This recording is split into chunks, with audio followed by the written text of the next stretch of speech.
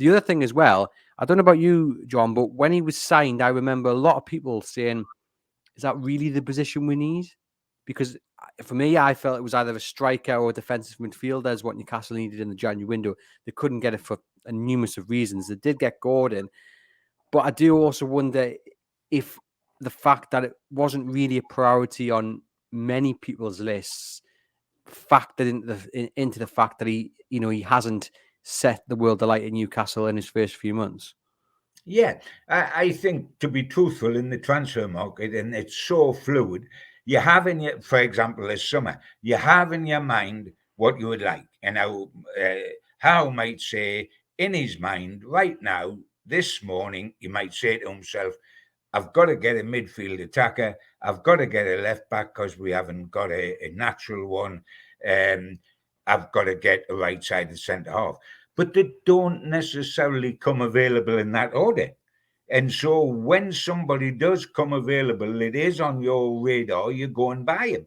It doesn't mean that's a priority position. It's just he's come available when the guys in the priority positions haven't. And I think that's how we took Gordon. He became available. He was on the list of likes. I mean, if you look at it now, do you not buy Madison until you've got a right-sided centre half or a left back, or do you buy Madison because Madison becomes available? You buy them as they become available, and Gordon became available, so he was taken. But as I say, it's the one position for me when you add three players who aren't naturally left wingers, Isaac, Joe Linton, and Anderson, but all play there when they're required. We're overstocked with wingers. And yes, from that point of view, you can say, did we need yet another one in Anthony Gordon? And to a certain extent, that's what's produced all the debate over Maxi, because he is facing that sort of competition and is not an automatic starter now as a consequence of that, and therefore is going to be debated by fans the whole time on whether we should cash in on him or not. And I guess that very fact. I mean, you mentioned there actually, John, earlier in the show about the transfer strategy, and maybe it was just a case that, like you say, Anthony Gordon became available. We know they'd watched him before; they were linked to him the window before, and they were quoted silly money, 75, 80 million for him. So maybe when someone knocks on the door and says that player you like that you might not necessarily need right this moment, he's available for £30 million less than you thought he would be. He's only 21, best years ahead of him. Maybe, yeah, it makes perfect business sense to go out and get him for 40 million when Of course it does. I mean, he's got the whole world ahead of him. Yeah, Howe's not going to be sitting there this morning and say, don't talk to me about anything but an attacking midfielder until I get an attacking midfielder.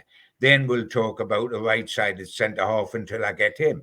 He knows his positions, but as the players become available, if we sign Madison first, it doesn't mean that was our priority position. It means he's available.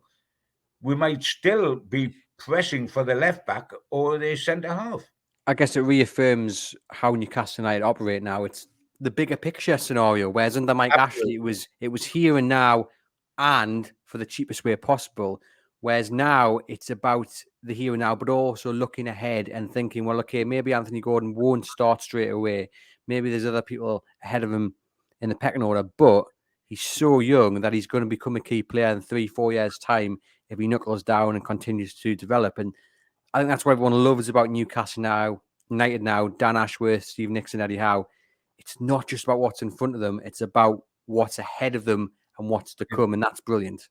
If you take that to the ultimate, Andrew, and take it beyond Anthony Gordon, it's what they've done with the signing of the Aussie kid in the guy with the young teenager we've just got that we've sent out on loan to Feyenoord. Now, how far are we looking in advance there? We are signing a couple of players there, one from Australia and one guy who's immediately farmed out to Feyenoord because he's still a teenager. That's how far we're looking ahead. I mean, they're two of the recent signings that aren't even being considered for the first team. And if you go further down, we got all the lads from Ireland and whatever that went in there, under 17s, under 18s, and under 21s. We are looking. We've taken the blinkers off in the transfer market. It's not a matter of we desperately need a centre half, so we don't care about tomorrow. We don't care. This kid become available in Aussie, we got him. This kid became available in Belgium, we got him.